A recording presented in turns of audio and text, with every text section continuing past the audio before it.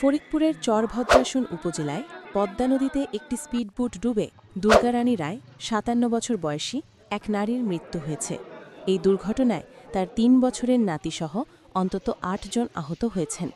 শুক্রবার ২৬ সেপ্টেম্বর বিকেলে উপজেলার গোপালপুর ঘাট থেকে দোহারের চরমমৈনট ঘাটে যাওয়ার পথে এই দুর্ঘটনা ঘটে। প্রত্যক্ষদর্শী ও যাত্রীদের ভাষ্যমতে ১২ জনের ধারণ ক্ষমতার স্পিডবোটটিতে ১৮ জন যাত্রী বহন করা হচ্ছিল, যা দুর্ঘটনার অন্যতম কারণ বলে মনে করা হচ্ছে।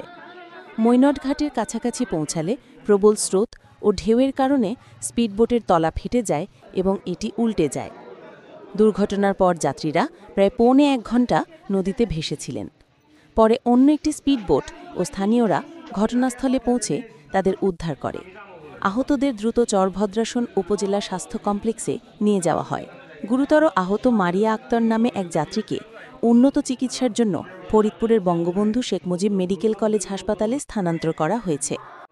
আমি জানতে পারি যে গোপালপুর ঘাট থেকে মৈনট ঘাটে যাওয়ার পথে মাঝপথে একটি স্পিডবোট উল্টে যায় এবং তাতে ১৮ জন যাত্রী ছিল।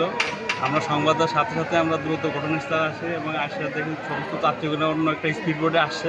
এর ভিতরে একজন ছিল খুবই গুরুতর আহত।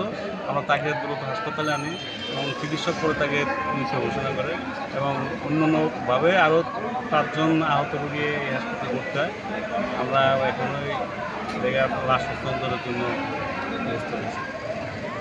উপজেলা নির্বাহী কর্মকর্তা ইউএনও মনিরা খাতুন জানান যে দুর্ঘটনার খবর পেয়ে তারা হাসপাতালে ছুটে যান এবং আহতদের খোঁজ খবর নেন।